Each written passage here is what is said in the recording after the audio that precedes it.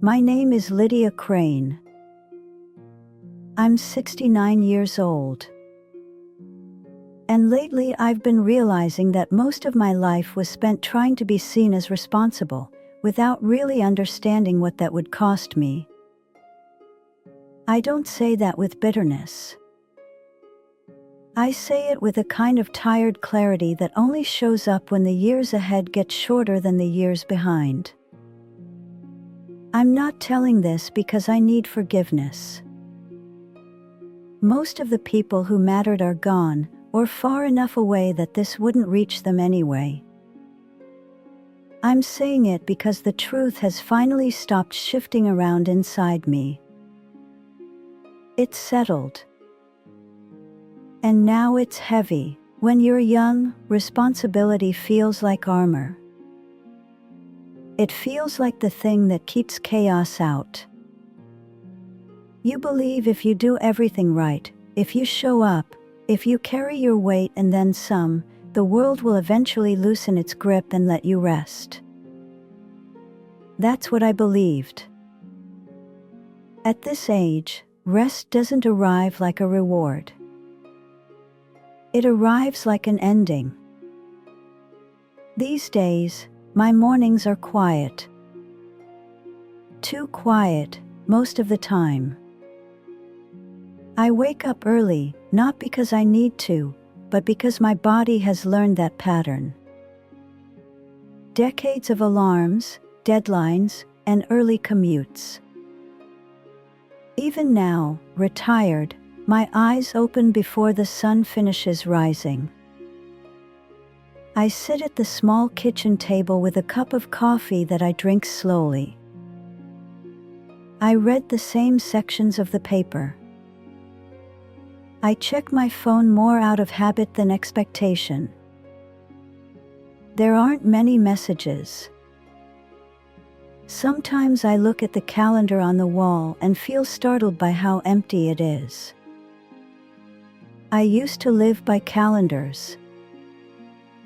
Meetings, shifts, appointments, obligations written in tight handwriting.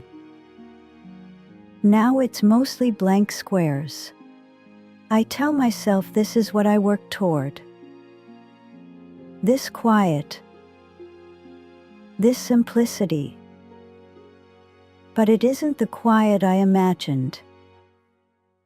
When I look back, it's easy to frame my choices as sensible. They were sensible. That's the problem. I grew up in a house where being irresponsible was the worst thing you could be. Worse than being unhappy. Worse than being lonely. My father used that word like a verdict. Irresponsible people didn't get sympathy. They didn't get help.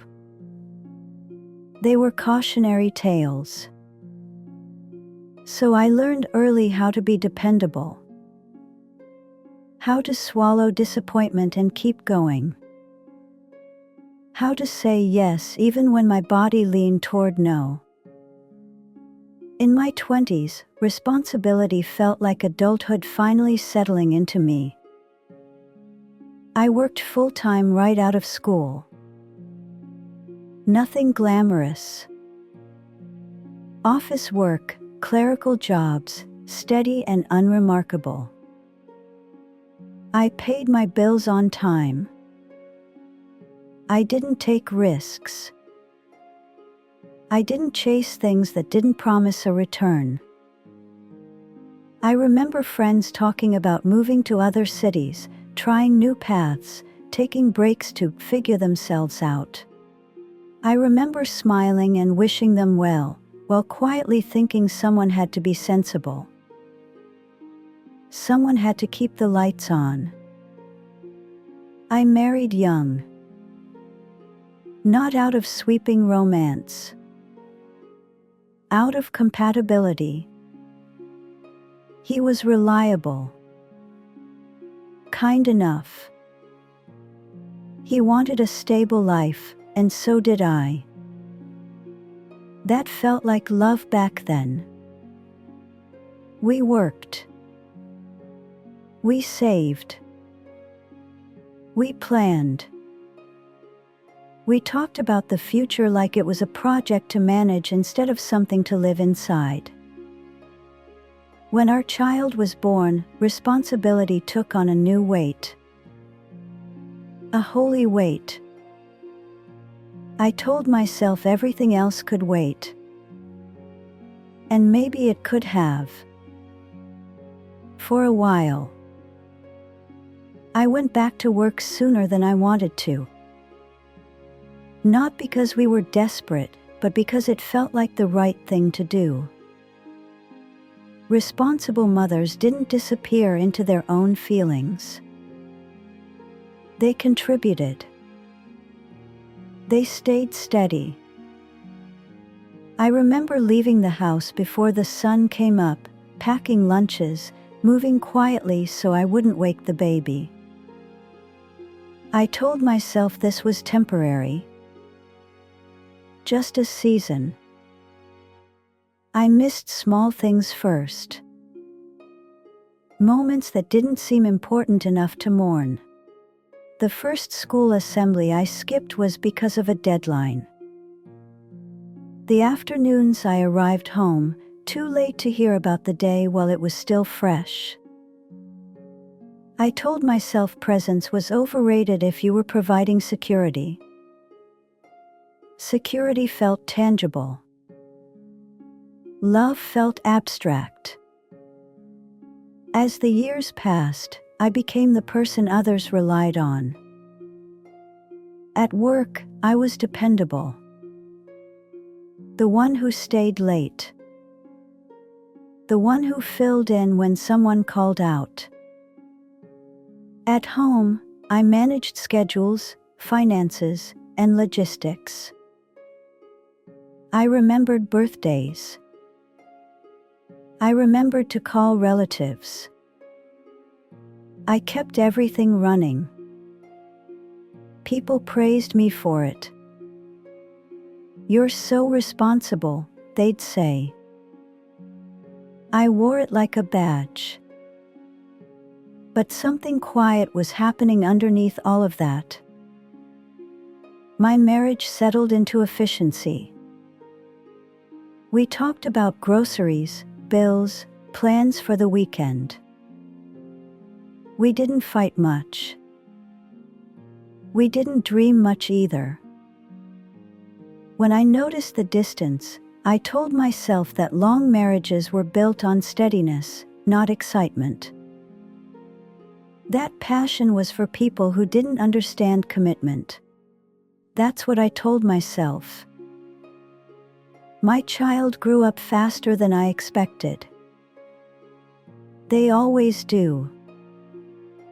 One day, I realized they stopped waiting for me to come home before starting homework. They stopped asking if I could attend things. They learned the answer before the question finished forming. That realization stung, but not enough to change anything. I kept believing there would be time later. Later, when things slowed down.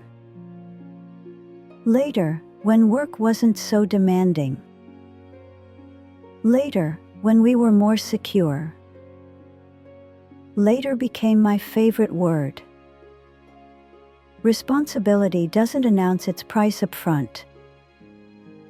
It lets you pay in installments so small you barely notice them leaving your pocket. A conversation postponed. A visit rescheduled. A feeling ignored because it's inconvenient. You don't wake up one day ruined. You wake up functional.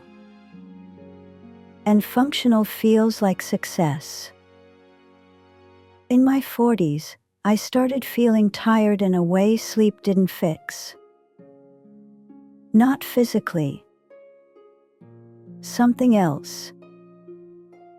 I remember sitting in the car after work sometimes, hands still on the steering wheel, just breathing. Not crying. just sitting. I didn't have the language for what was missing, so I didn't talk about it. Responsible people don't complain when things are technically fine. My parents aged. Illness arrived slowly, predictably. I became their organizer. Appointments, medications, paperwork. I was good at it. I sat in hospital rooms holding clipboards, answering questions, making decisions. I didn't sit and hold hands as much as I might have. There always seemed to be something to arrange. When my father died, I was exhausted but composed. People told me how strong I was. I didn't feel strong. I felt hollow. Grief, like everything else, was managed efficiently. My marriage ended quietly in my early 50s. No affair. No explosion. Just a mutual acknowledgement that we had become co-workers in a life that no longer fit either of us. We divided things fairly. We stayed civil. Responsibly. After that, I lived alone for the first time in decades. At first, it felt like relief. No one to answer to. No one to coordinate with. But evenings stretched longer than I expected.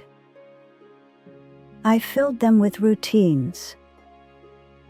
Television. Cleaning. Work carried home even when it wasn't required.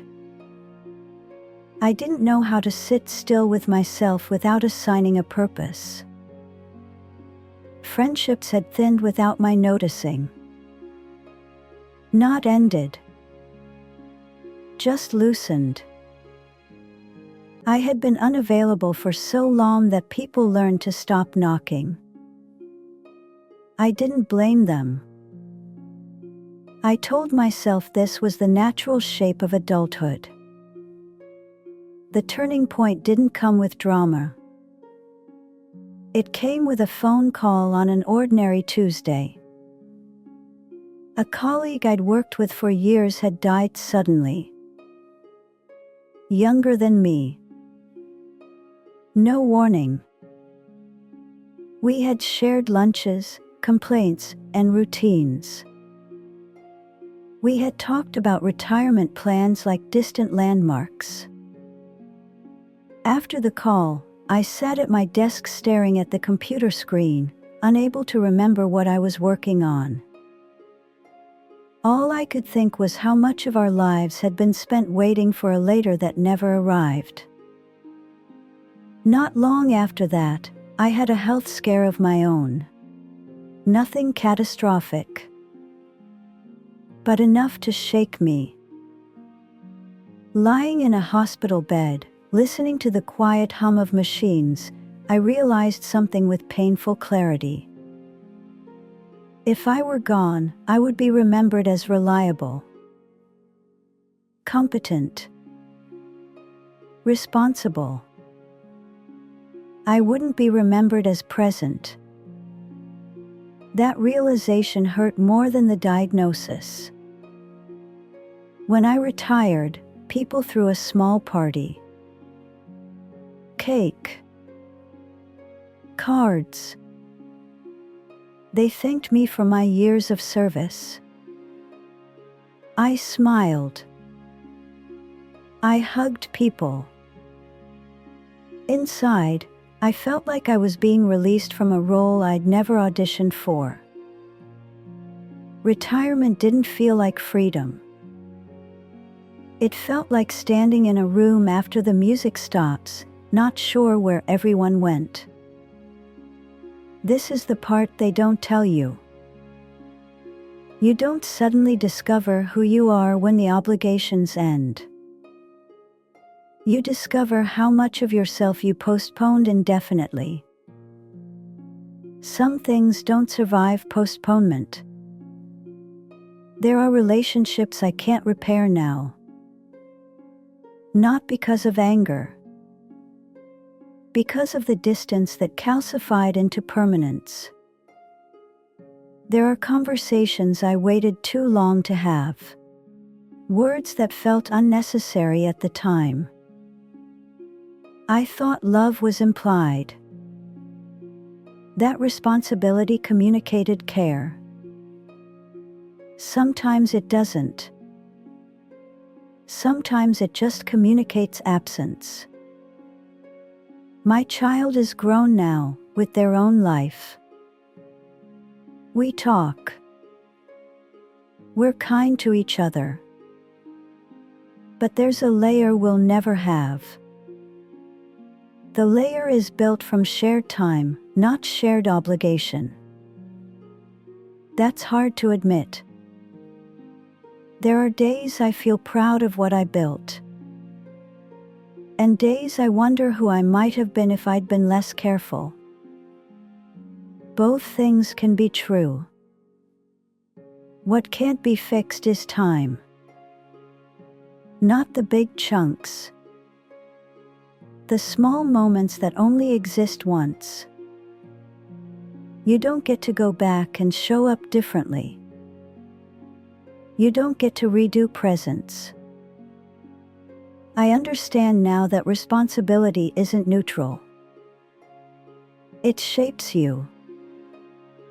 It can protect you. And it can quietly hollow you out if it becomes the only measure of worth. If you're listening to this and you're younger than me, I don't have instructions for you.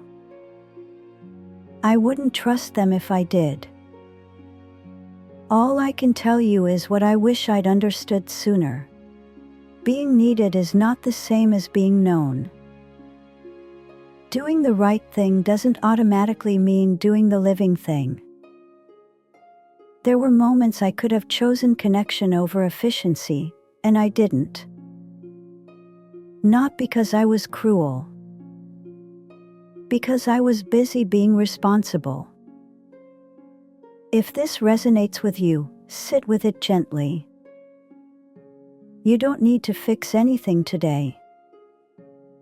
Just notice where you're telling yourself there will be time later. Later is not guaranteed.